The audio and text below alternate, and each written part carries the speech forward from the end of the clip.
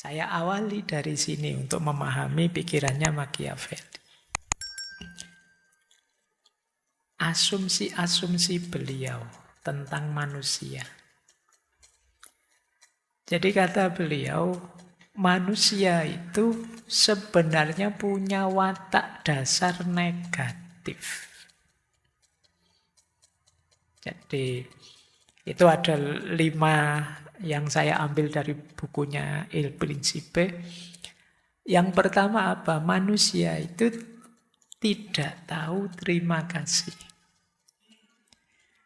Jadi kalian tidak usah menunggu temanmu terima kasih. Saya sudah berjasa kok. Teman saya santai diam saja. Atau terima kasihnya rasanya tidak tulus basa-basi. Tidak usah kaget. Manusia itu begitu. Sebagian besar ucapan terima kasih itu banyak yang formalitas dan basa-basi. Kalau nggak percaya kalian boleh neliti. Ayo kalau kalian bilang atau nulis WA ada temanmu ngapain, memberitahu atau apa terus makasih ya atau TRM KSH gitu. Itu mesti basa-basi. Nggak serius, terima kasih. Jadi karena manusia lebih cenderung egois. Egois itu yang dipikirkan yang penting aku untung, yang penting aku enak ya sudah. Jadi nggak usah kaget kalau kalian rasanya banyak orang, saya sudah berbuat baik kok dia tidak terima kasih. Wajar. Kalau versinya Machiavelli. Kita juga tidak usah mengambil hati. Ya kayak begitu manusia itu. Yang kedua apa? Selalu mengambil perspektif yang menguntungkan dirinya. Selalu mencari keuntungan untuk dirinya. Iyalah di ceramah-ceramah mungkin ya kita diminta ayo mengutamakan saudara kita, ayo enggak. Tetap mikir mengutamakan diriku. Kalian yang tadi datang awal, opo mikir saya tak nyari tempat yang enggak enak biar teman yang lain dapat tempat enak, enggak kan? Tetap ya aku yang enak, yang lain ya salah dewe teko keri kan mesti begitu. Dalam hal apapun pasti kalian masuk warung kan tetap saya tak milih tempat yang tidak nyaman sajalah biar yang nyaman untuk yang akan datang. Pasti tidak begitu. Ya kita tetap nyari yang menguntungkan saya. Jadi dalam hidup mungkin kita sering mengalami banyak dilema. Ini apa itu ya? Pasti yang kita pilih yang paling menguntungkan aku. Bahkan diam-diam kita punya pandangan kalau ada orang kok sejak awal memberi keuntungan pada orang lain, kita menyebutnya kamu konyol, kamu bodoh, kamu tidak pintar, mesti begitu. Apalah kalau kalian nonton film misalnya di 21 milih kursi itu apa ya terus saya kursi yang tidak enak saja biar yang enak kan tidak begitu. Berarti memang fitrahnya orang itu nyari yang menguntungkan dirinya. Jadi tidak usah kamu marahi kalau ada orang kok nyari untungnya sendiri. Meskipun dalam skala yang besar dan luar biasa. Kita sendiri juga sering begitu kok. Dan itu natural, kata Machiavelli. Wajar saja orang mencari keuntungan untuk dirinya. Tapi kan nanti ada problem apa? Kalau secara natural begitu apa boleh kemudian dengan nabrak nilai-nilai moral dan lain sebagainya. Nah itu problem selanjutnya. Tapi secara fitrah orang itu selalu akan mencari yang menguntungkan dirinya. Kemudian yang ketiga suka menyembunyikan sesuatu. Dalam rangka apa? Keuntungan dirinya. Apakah yang disembunyikan itu rahasia dirinya atau yang berkenaan dengan temannya atau tentang apa saja yang kamu sembunyikan. Itu biasanya demi keuntunganmu. Ada enggak kalian nyimpen file-file yang tidak boleh dilihat orang di HP-mu? Kamu sembunyikan kan? Dalam rangka apa? Biar kamu untung. Karena kamu tahu kalau ketahuan orang lain, rugi besar kamu. Mungkin nama baikmu, mungkin bisa macam-macam. Jadi manusia itu makhluk misteri. Maksudnya apa? Sering menyembunyikan sesuatu. Bukan misteri dalam arti susah dipahami. Dia itu suka menyembunyikan banyak hal demi apa? Keuntungannya. Termasuk dalam aspek menyembunyikan itu, manusia itu nanti dimaknai oleh Machiavelli suka pencitraan. Sebenarnya saya tidak begitu sih, tapi kalau saya tampilnya tidak seperti itu, nanti orang tidak percaya dengan saya. Nah, itu ada yang dia sembunyikan. Jadi kalau ada orang pencitraan itu bagi Machiavelli natural, alami. Tidak masalah. Kita juga pencitraan kok. Setiap orang ingin mencitrakan dirinya sebagai ini, sebagai itu, kata Machiavelli. Mencitrakan itu kan berarti aslinya tidak begitu, kita tampakkan begitu. Kalau pas dilihat banyak orang, wah, sholatnya khusyuk sekali, lama sekali. Begitu di kamar kos sendirian, wah, versi kilat. Langsung bablas pokoknya.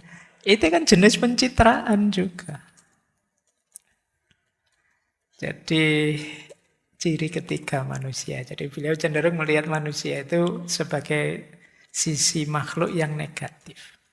Kemudian manusia itu makhluk yang, ya kalau ini natural juga, segera ingin lepas dari bahaya. Tidak kerasan kalau tidak enak, tidak nyaman. Makanya agama itu mengajarkan kita untuk berkorban lah, untuk tirakat lah, dan lain sebagainya. Itu sebenarnya kan melawan fitrah negatif ini. Melawan ciri kita yang negatif, yang tidak betah, tidak enak itu. Kadang-kadang demi merasa nyaman, ya hal-hal baik, hal-hal bermoral kita tabrak saja. Pingin enak. Nah itu cirinya manusia. Dan yang terakhir, manusia itu tamak. Ingin dapat banyak. Kalau bahasa Al-Quran, alhaakumut takasur. Jadi, tidak cukup hanya ini, nambah lagi, nambah lagi. Sampai mati, ya kita tetap ingin terusin. Kalau sudah senang sesuatu, itu biasanya terus dikoleksi sebanyak-banyaknya. Ya alhamdulillah kalau pas yang negatif, yang positif, kadang yang negatif juga kita koleksi sebanyak-banyak. Apa saja itu. Kadang hal-hal yang tidak ada pentingnya sama sekali, kita juga kok ingin punya sebanyak-banyaknya.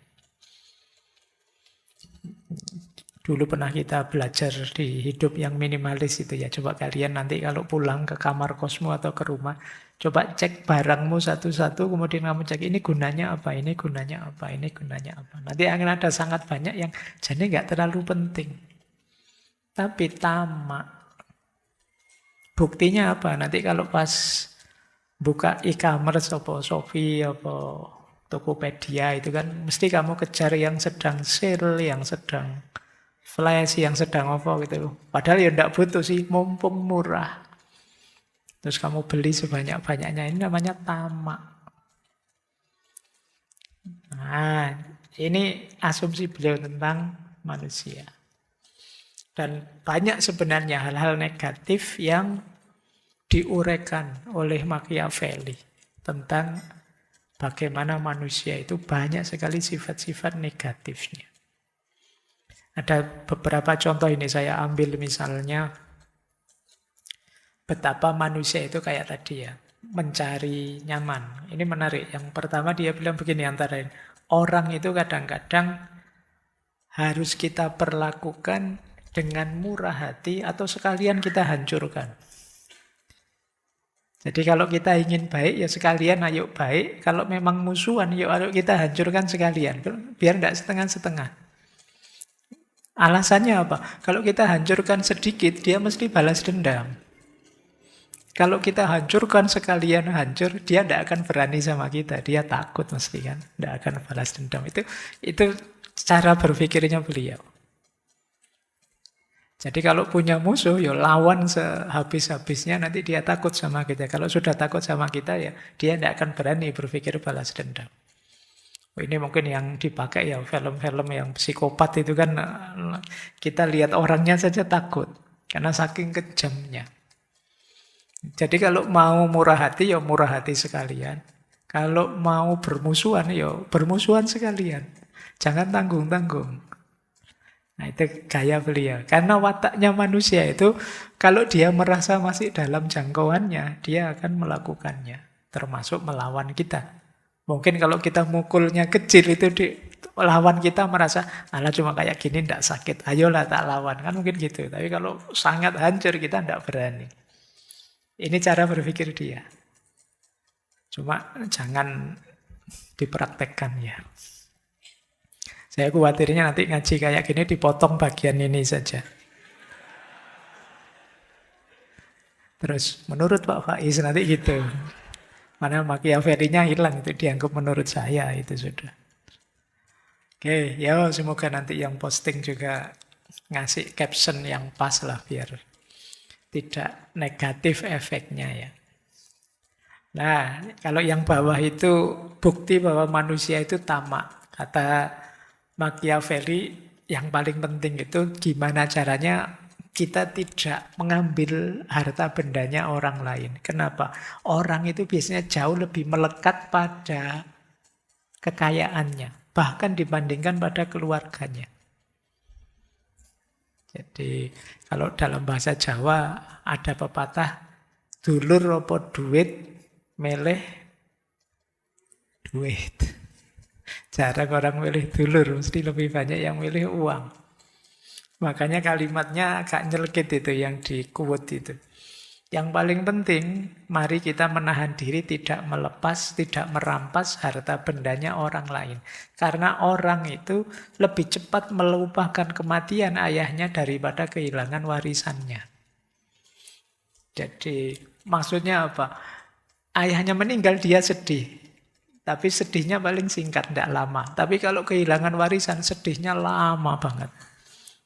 Jauh lebih lama meratapi warisan daripada meratapi kematian ayahnya. Maka jangan disenggol ini. Jadi ini nasihat sebenarnya kan untuk sang pangeran. Jadi nanti kalau jadi pimpinan, sensitif kalau kamu nyenggol kepemilikan. Itu mesti demo, mesti ngamuk kalau urusan harta disenggol. Kamu harus bisa bikin trik gimana caranya mereka tidak merasa diambil haknya. Karena manusia itu punya watak tamak.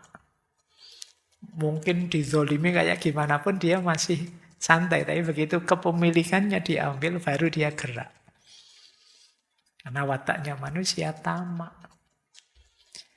Baik, itu salah satu ilustrasi cara berpikir beliau. Kita lanjutkan ya. Kalau tadi asumsinya tentang manusia, sekarang asumsinya tentang politik. Sebenarnya kata beliau, politik itu kan hanya berkaitan dengan satu hal dalam prakteknya selama ini. Yaitu apa? Memperoleh kekuasaan atau mempertahankan kekuasaan. Nah ini misalnya kalian praktekkan, coba sekali-sekali kalian teliti semua berita politik, itu sebenarnya tentang dua hal. Memperoleh kekuasaan atau mempertahankan kekuasaan. Sekali-sekalilah kalian nanti baca tabloid atau majalah yang politik ya. Nanti kamu kasih tanda, oh ini tentang memperoleh kekuasaan. Nah, kalau ini ingin mempertahankan kekuasaan. Kalau ini pasti di antara dua itu kata Machiavelli. Tidak mungkin lepas dari itu. Lupa kalau ada tentang moralitas, tentang agama, spiritualitas, dan lain sebagainya. Kata Machiavelli itu tidak ada hubungannya dengan politik. Kalau masuk dunia politik biasanya dipolitisasi. Dijadikan alat oleh politik untuk memperoleh kekuasaan atau mempertahankan kekuasaan. Jadi, pokoknya tentang dua hal ini saja politik itu. Nah, maka seorang politikus, apalagi pemimpin atau sang pangeran, harus punya kemampuan yang tinggi untuk memperoleh kekuasaan atau mempertahankan kekuasaan. Disinilah nanti di buku Principe itu beliau menjelaskan banyak, ini loh strategimu untuk memperoleh kekuasaan atau mempertahankan kekuasaan. Dan itu dijelaskan di buku itu. Semoga teman-teman sudah pernah baca bukunya, Sang Pangeran. Nah, ini quote terkenal sekali dari beliau. Politics has no relation to moral. Politik itu tidak ada hubungannya dengan moral. Kata beliau ya, bukan saya, tak kasih nama itu bawahnya. Jadi jangan dimarahi kalau ada orang mazhabnya Machiavellian terus abai moral. Karena ya tidak ada. Seandainya orang teriak-teriak moral lah, teriak-teriak apa spiritualitas dan lain sebagainya, kata Machiavelli, itu kalau di dunia politik hanya jadi kendaraan politik. Untuk apa? Meraih kekuasaan atau mempertahankan kekuasaan. Itulah prinsip.